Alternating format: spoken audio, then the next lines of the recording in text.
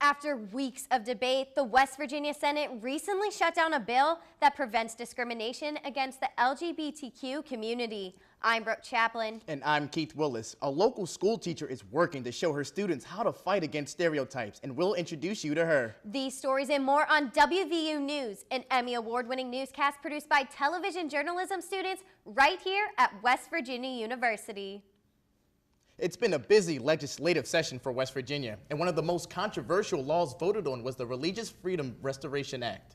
The bill was just struck down by the state Senate and extends protection to the LGBTQ community here in the state. Reporter Dakota Hoover joins us in the studio to tell us more. Dakota? Thanks, Keith and Brooke.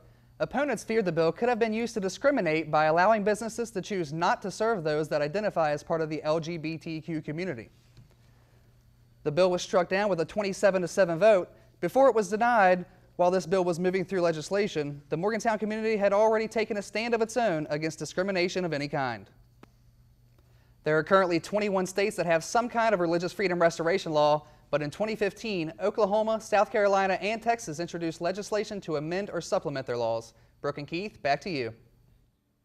Brooke, if 2008 was the Facebook election, then how will history remember the 2016 presidential race? Well, Keith, here's a hint. Check your Twitter for clues. Technologies like Twitter and Snapchat let candidates talk directly to voters. Abby Lafferty joins us now from Social Square with the latest in social media and pop culture news to tell us more. Abby? Today, over 73% of Americans use social media to get their daily news. I learned more about how these politicians are using this new way to campaign to gain popularity in the polls. Candidates are expected to spend more than $500 million advertising on social media. And get this, according to 2015 research, about 35% of millennials say that reading a political post on social media would influence their vote for president. Brooke, back to you. Thanks, Abby. While social media sites can be helpful in campaigns, cybercrime is on the rise, with more than 4,000 cyber attacks every day. I had the chance to learn how cybercrimes are affecting internet users in Morgantown and what you can do to protect yourself. According to the world's largest information tech company, IBM, nearly 2 million cybercrimes happen each year, or nearly 3 attacks every minute.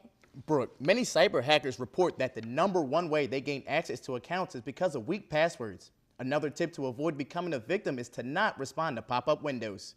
Keith, the state of West Virginia often gets unjust criticism from other people across the United States. That's right, Brooke. But one local teacher is showing her students what it means to be from the Mountain State. Reporter Carolyn Goldstein joins us for more. Carolyn?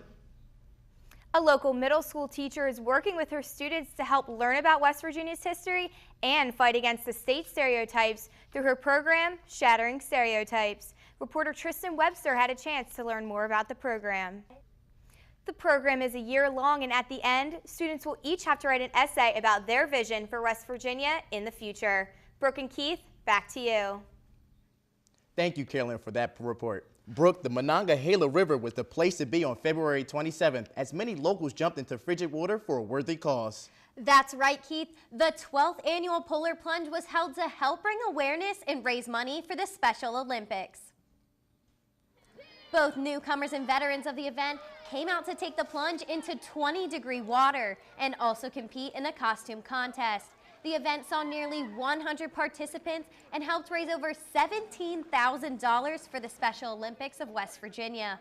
Each person was required to raise a minimum of $50 to participate, and several local businesses also came out to support the cause. That sounds like fun, Brooke. Now turning to men's basketball. The regular season just wrapped up, with the Mountaineers finishing second in the Big 12 after defeating Baylor. Coming up, sports reporter Jordan Kramer will tell us what we can expect as the team heads to postseason play. Brooke, the WVU men's basketball team just finished their regular season with a 24-7 record. That's right, Keith, but their season is far from over. Sports anchor Jordan Kramer is here to tell us more. Jordan? Thanks, guys. So far this season, Bob Huggins became tied for the 9th most winningest coach in NCAA history. And Devin Williams, well, he scored his 1,000th career point. But right now, those feats are being put on the back burner. The month of March is upon us, and every basketball fan knows the madness that's about to ensue. With the Big 12 tournament only hours away, I caught up with the team to learn how they feel going into tournament play. The Mountaineers will play the winner of the Texas Tech TCU game tomorrow. They will have a little time to recuperate as the NCAA tournament will start just 3 days after the Big 12 championship game. Keith and Brooke, back to you. Thank you, Jordan. Everyone here at WVU News wishes the team good luck as they enter tournament play. We would also like to congratulate Troy Clemens, who was just selected as the new Mountaineer mascot. Well, that's going to do it for this week's edition of WVU News. You can visit us online at our website. You can also watch any of our shows on YouTube, and please follow us and our reporters on Twitter. I'm Keith Willis. And I'm Brooke Chaplin. Thanks for watching WVU News. We'll see you next time.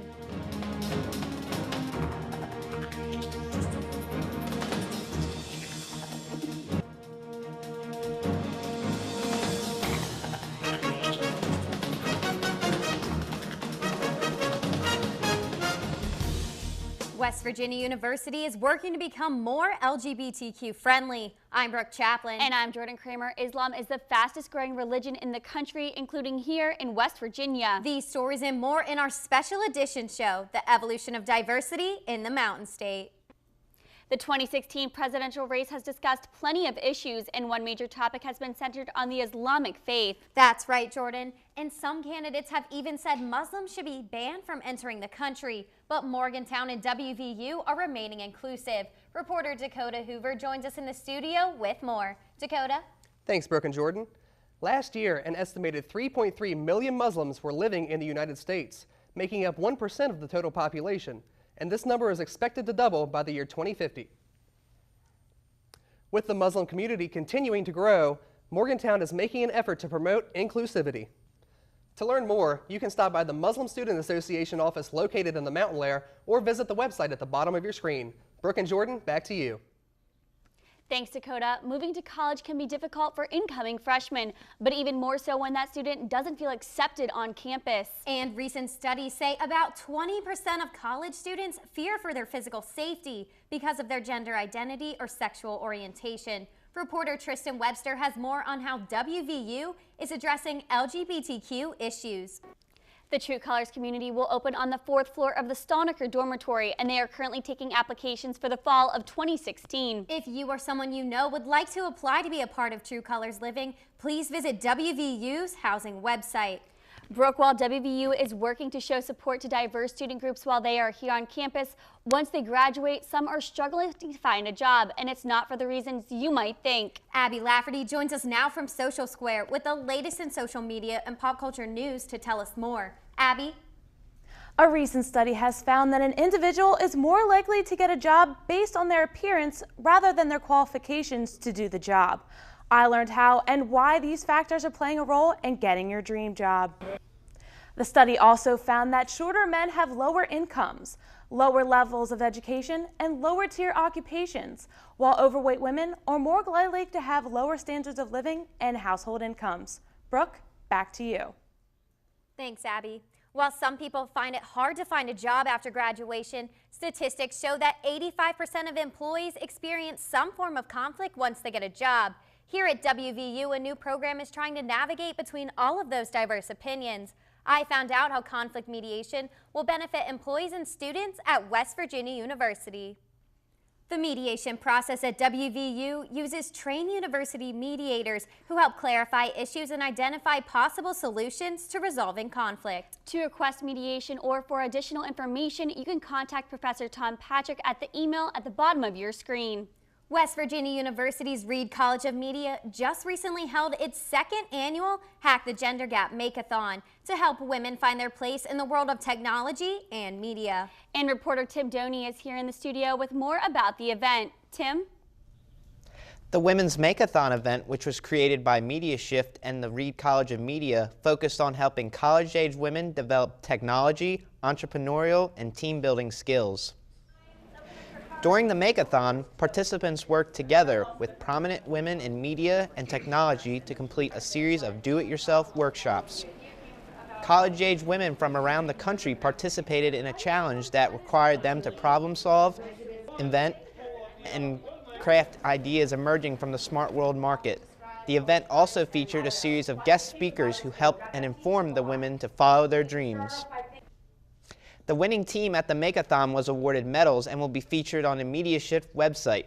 Brooke and Jordan, back to you. That sounds like an exciting event. Thanks for that report, Tim. Often college athletes have to overcome a lot to play the sport they love, and for some that means traveling across the world. Coming up, Jordan, we'll introduce you to some international athletes here at WVU. Welcome back to our special edition show, The Evolution of Diversity in the Mountain State. Brooke, there are over 2,000 international students here at WVU. And sports anchor Robbie Devitt is here to tell us more. Robbie? Thanks, Brooke and Jordan.